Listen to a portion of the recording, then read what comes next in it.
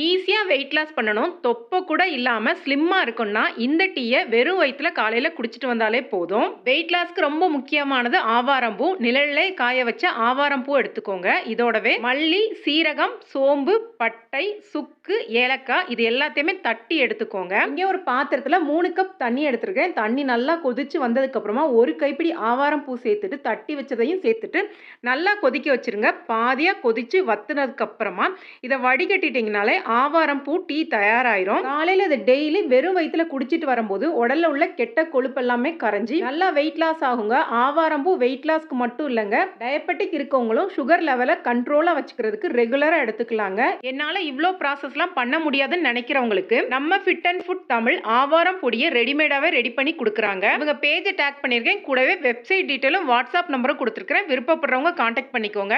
ஆவாரம் பூ டீ குடிக்கிறதுக்கு ரொம்ப நல்லா இருந்தது. 1/2 டீஸ்பூன் பொடியோட சூடா தண்ணி கலந்தாலே போதுமானது. கண்டிப்பா ட்ரை பண்ணி பாருங்க. நன்றி, வணக்கம்.